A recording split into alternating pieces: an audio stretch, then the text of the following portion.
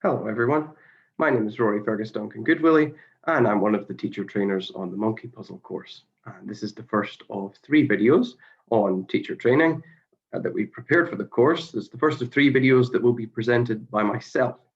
And today what we're going to do is look at missing links in teaching young learners. There are lots of things that we get told on our CELTA and Trinity courses and other teacher training courses about teaching young learners, and they are very good and very useful. However, there are some missing pieces of information that aren't provided, mostly because we don't have the time to cover every aspect of teaching while on this course, and I think this will help address them. So let's get started, shall we? And in order to do that, I will have to show you what the presentation actually is. But before we go into our missing links, as it were, what we will in fact have to do is talk about our aims and the outline of today's presentation. So the first aim that we have is to raise awareness of general principles in understanding children while they are learning and what they want from their lessons and what courses try to impart. And in the course of doing that, we'll highlight areas often overlooked or that are poorly explored in the course of general teaching courses. Again, like I say, this isn't the design, it's just one of the unfortunate side effects of doing shorter courses. So, what are we actually told about children and what they do while they are learning?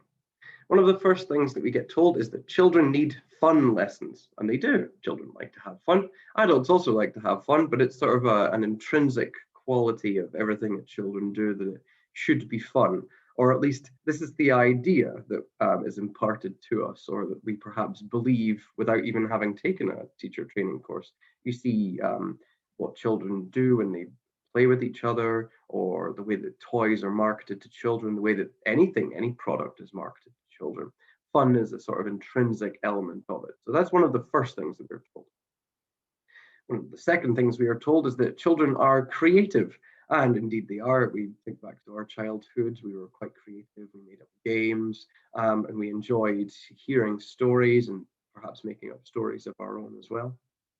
And then the third thing is that the children see the teacher in the classroom as the authority figure there. So they follow what the teacher does and they will listen to the instructions given by the teacher. This is sort of it's an older belief, but it's still a persistent one. And it's one that shines through in a lot of teacher training courses. Not completely without error, but still, we'll see it's a bit more complicated than that. And then the fourth thing we get told is that because the teacher is the authority figure, that means that the teacher is responsible for everything that happens in the classroom. And we control or must control absolutely everything that happens. And the fifth thing that we get told, or perhaps the fifth thing we understand intrinsically about teaching children, is that children respond positively to technology and they always want everything to be about technology. It should be integrated in every single lesson that we have for young learners. And indeed, this is occasionally the objective of some schools, to integrate technology as much as possible. It's part of curricula for different countries, including the Scottish curriculum where I'm from, where using technology or becoming proficient in using technology is quite important. And the last thing is that children work on simple terms, and so they need simple words and phrases to be taught to them. This is somewhat obvious. They are just starting out in life, and the world is a very complex place and needs to be simplified for them. So these are sort of 6 beliefs that are either imparted during teacher training courses, or they have an influence on teacher training courses, or perhaps we just know them before we even start teaching young people. But there are things about these that we should be aware of, or perhaps things that we aren't told about how these things work. So yes, of course, children like to have fun, but when you're teaching children, not everything needs to be fun. And there are different kinds of fun to be had as well. So just because we have our own conceptions of fun from our childhood does not mean to say that it's going to be that way in the class as well. And of course, children are creative, but that doesn't necessarily mean that the things that we encourage them to create or the tasks we design for them have to be complex. It's not necessary for them to function in the classroom. Sometimes some small and simple changes can be enough. The third thing is that yes, the teacher is the authority, but we have to enforce this authority and we have to think long term about how we're going to sustain this authority. It's not just enough for a bigger person, an adult, to show up in the classroom and for this to just be acceptable. No, we have to put more thought into it and create systems that reward and enforce behavior we want to see and discourage and tackle behavior that we don't want to see. And the fourth aspect, while teachers do have a strong influence on the shape of the classroom and the materials involved, students can create and manage the classroom. They can create elements of the classroom, including the material, and they can help manage what happens in the classroom as well. So it's not just all about what the teacher does. We need to involve our students in this way as well. And this is fairly, or it should be fairly obvious, because of course children start out relying on adults to help them with everything, but they are going to become adults eventually. And we need to think about how this process will happen and how we can support the process of them moving from being reliant on the adult in the room to becoming more self-sufficient and operating more independently. And of course, the fifth point, yes, children like technology, but children don't just like technology because it's technology. That's not logical. You don't just like something because it's technologically sophisticated. What children actually respond to in terms of technology is they respond to the novelty of the experience. And they get this from technology more easily, perhaps, than other methods, because technology is constantly updated. There are new ways of doing things. There are limitless possibilities for things that you can do, even with just a simple Word document, for example, as opposed to writing with a pen and paper. So the children are not responding to the technology itself, they're responding to novelty. And novelty can be new experiences provided by technology, but it can also be new experiences provided by teachers in the sense of games that they play in the classroom. The last thing, of course, children do respond to simple words and phrases, but we need to remind ourselves that they are capable of more. And we need to think about how we can challenge them and we can structure the challenge to encourage them to produce more than just the simple words and phrases that we teach them. So these are things that we aren't told or may not think about immediately. We might prefer to think about the first set of principles just because they're the most obvious ones or the ones that were imparted to us first. We need to keep these considerations in mind as well. How will this actually look in a classroom though? So you can make things fun, but some things are necessary, like handwriting practice and drilling, especially for small children who are just developing their literacy in their first language, not let alone in a second language like English. And this can be done in a way that's fun and fast. You can do this with handwriting worksheets, for example. The fast element is asking them to do it only 2 times. Not a lot of teachers do this. They just give the handwriting practice worksheet and say, complete this worksheet. But students might become discouraged because they have to write a lot and that can be very daunting for them. So one way of dealing with this is asking the students to write just the words or sentences 2 times or even 1 time, and that can be enough. Dealing with the daunting side. The fun part comes in the race. So we can turn this into a sort of competition amongst the students who can write the fastest. And we'll look at the material for that later on. The next thing is we can incorporate creativity into a fixed routine. Now, if we go back to the idea of handwriting worksheets, we can ask them to write the words and then we can ask them to draw it. Everyone produces different kinds of drawing, for example. And students, especially younger ones, usually look upon this as something fun to do, and it's extremely useful for fast finishers. We'll look at concrete examples of this in a moment. The third thing is to have a system of rewards and consequences. So yes, of course, you're the teacher in the room, you're the authority, but how will this be enforced? So some teachers set up very elaborate systems, but if you are thinking about doing this, if it's your first time dealing with young people, then it doesn't have to be a sophisticated or complex way of dealing with the problem or the issue. It can just be a case of writing the students' names on the board, and then every time they misbehave, they get a line next to their name. And once this adds up to 3, they don't receive their reward in the class. And rewards do not have to be overly complex either. You don't have to spend lots and lots of money on this. It can be something as simple as a sticker with a smiley face. And students are usually quite pleased to be able to work towards something like that. And of course, if you have this system of rewards and consequences, it will work more effectively over the long term rather than just you constantly asserting your authority. That's not feasible from a logistical point of view or for developing children's sense of independence as well. Then for point number 4, children can be involved in very simple ways in the management of the classroom. If we look here, the first 2 considerations are material distribution and collection.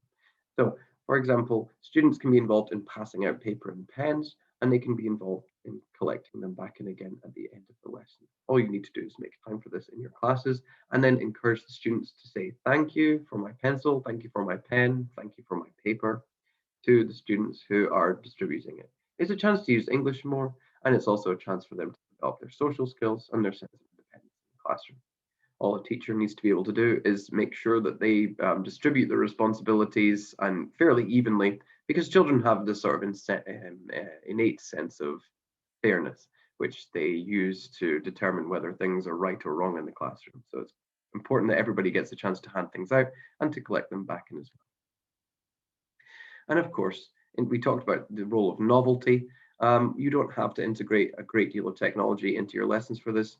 Just using simple flashcards and flashcard games connected to this. There are a wide variety of flashcard games. Flashcards can be used to present language, and teachers often do use them in this way, but there are flashcard games that students can actually learn and manage themselves. All the teacher has to do is demonstrate them, and then students can take over. And this incorporates the level of novelty in terms of it might be a new game that you play with the flashcards. There are lots of different games you can play. But the novelty also comes in terms of the experience the students are having, because once they understand the game and they learn to manage it themselves, they start to enjoy this experience of being in charge and taking control of their learning. More complex, but equally important, are projects. So we can ask the students to create material, and we'll look at some examples of materials that students can create themselves, which are not very difficult to put together.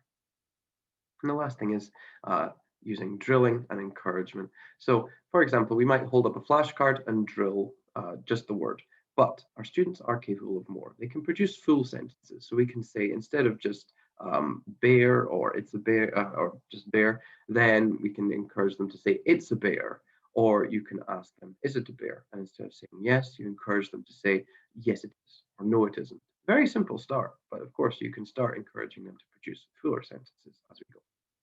Now, we talked about these materials, but what will they look like? Well, let's look at handwriting and drawing.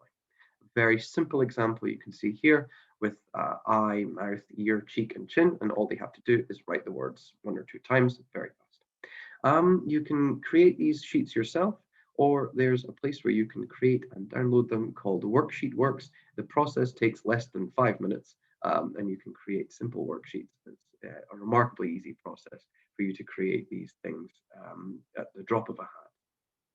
And in terms of modifying them, you can use the same website to create the same worksheet. But for your fast finishers, when they want to draw, and when they want to get a little bit creative, you can just say, look in the margin, can you draw an eye? Can you draw a mouth? And this is good for creativity in terms of getting them to draw things, but also cements a connection between the students and the language itself. And you can check that they understand what it is they're supposed to be drawing. And this will show that they are capable of understanding what they're drawing. So if they draw an eye where the mouth should be, then you understand, oh, they don't actually understand what an eye is, and I've maybe taught them this particular piece of language, or maybe they weren't paying attention. It's possible, it's a long lesson and students have a limited life attention span, so that can happen. So incorporating creativity doesn't have to be incredibly complex. You can just ask them to draw a simple picture while they wait for others to catch up. In terms of rewards and consequences, again, imagine in this picture, you can see your board, and you just write the students' names, and then when they're misbehaving, you draw attention to their name, point at their name, and draw a line next to it, sort of like a tally mark. And then once they add up to 3, then unfortunately no sticker for them. If you're using a blackboard or a whiteboard and they start to behave again, then you can rub down 1 strike, and then that means they're still eligible to get their reward. Shouldn't be too difficult. In the same way, we can use our boards to say who is doing what in very simple ways. So for example, we can see here, Yaroslav is responsible for handing out the books, Eric is responsible for the pencils, and Michelle is responsible for taking in the books at the end of the lesson. And Misha's got a smiley face, a relaxed face next to him, because he doesn't need to do anything this lesson. But next time, it might be Yaroslav with a relaxed face, and Misha is the one distributing the books, for example. So this means that even in larger classes, you can show that some students will just relax and say thank you, but next time they'll take up another role. If you don't want to draw a picture every single time, what you could do is create a flashcard and put some blue tack on the back, and then you can move them around. Here in the next picture, we see examples of flashcards. Again, you can make your own flashcards, but you can also download these ones from the British Council website. They have ones for animals, but they also have ones for classroom objects, and they have ones for classroom language as well. So you can use them in this way, and you don't even need to ask the students to write the words. You can just put them horizontally, and they have the words attached to them as well. So it's remarkably easy to put together big sets of flashcards that you can use multiple times with different classes, and that becomes much easier. And in the same way, the British Council and other educational websites provide long lists of flashcard games that you can play using the flashcards that they provide. If you're more of a project person, maybe after you've used these flashcards to teach wilderness animals, you can get them to a project. And one very simple project is cut out the shapes of the animals and draw a forest for them. And then what they can do is they can cut out different animals and they can put the animals in different places. Now, you could get them to do that with glue. What I've done here with this project is I've used blue tack on the back of the animals. So here you can see the squirrel is in the tree, the frog is also in the tree, the snail is on the tree, and the deer is next to the tree. But if you want to, you could get the students in pairs after demonstrating to them how to do this and ask them to reposition all of the other things here. So for example, in this next picture, you can see the squirrel is now on the leaf, the frog is on the log, the snail is still on the tree, but the deer is next to the other tree. And this is as a result of students giving each other instructions where they should be. And this creates an extra level of challenge where they're using full sentences in order to communicate. So this is a result of our drilling and encouragement that we asked about in part 6 as well. However, there are other ways of drilling students and encouraging them to produce longer things, and we'll see examples of these in the upcoming videos where we focus on lesson planning for young learners. If you're interested in things that might have been overlooked in your teacher training course on young learners, then a good place to go is Children Learning English, which is a book by Jane Moon, and that contains all of the material that we've talked about today in terms of the ideas discussed, and it also contains many more in greater detail too. So you should definitely check out this book if you get the chance. But that's all from me for now. Thank you very much for listening, and we'll see you next time where we talk about lesson planning for young learners. Thank you very much. Bye-bye.